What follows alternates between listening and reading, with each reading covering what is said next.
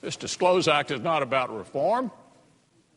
It's nothing more than Democrats sitting behind closed doors with special interest lobbyists choosing which favored groups they want to speak in the 2010 elections, all in an attempt to protect themselves from criticism of their government takeovers, record deficits, and massive, unpaid-for expansions of the federal government into the lives of the American people.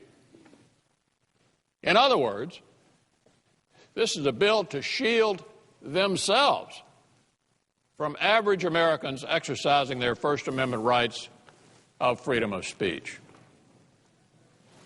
Americans want us to focus on jobs. But by taking us off the small business bill and moving to this one, Democrats are proving the jobs they care about the most are their own. By moving off of the small business bill and moving on to this one, our Democratic friends are letting us know the jobs they care about the most are their own. Think about it.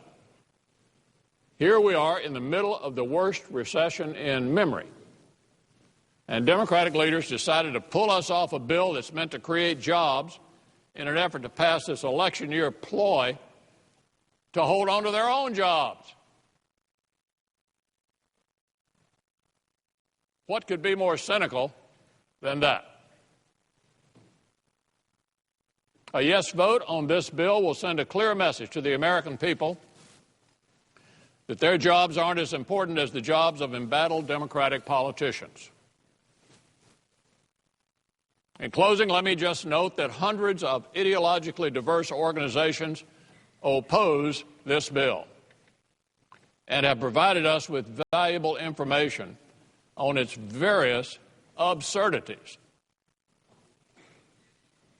But I think the ultimate test of this bill's legitimacy is pretty simple.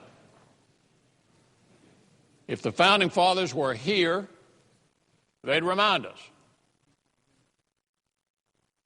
They'd hold up the Constitution and remind us of the oath we took to support and defend it. As members cast this vote today, they'll come to the well and look at the desk to see what the well description says. The sheet of paper that sums up what this vote is about. On the Democratic side, I'm sure it will include words like transparency and disclosure, and talk about the threats to democracy if the bill isn't passed. On our side, Mr. President, it will be simpler. The copy of the Constitution will serve as our well description. And more importantly, it will remind us of why we are all here. We're here to protect the Constitution, not our own hides.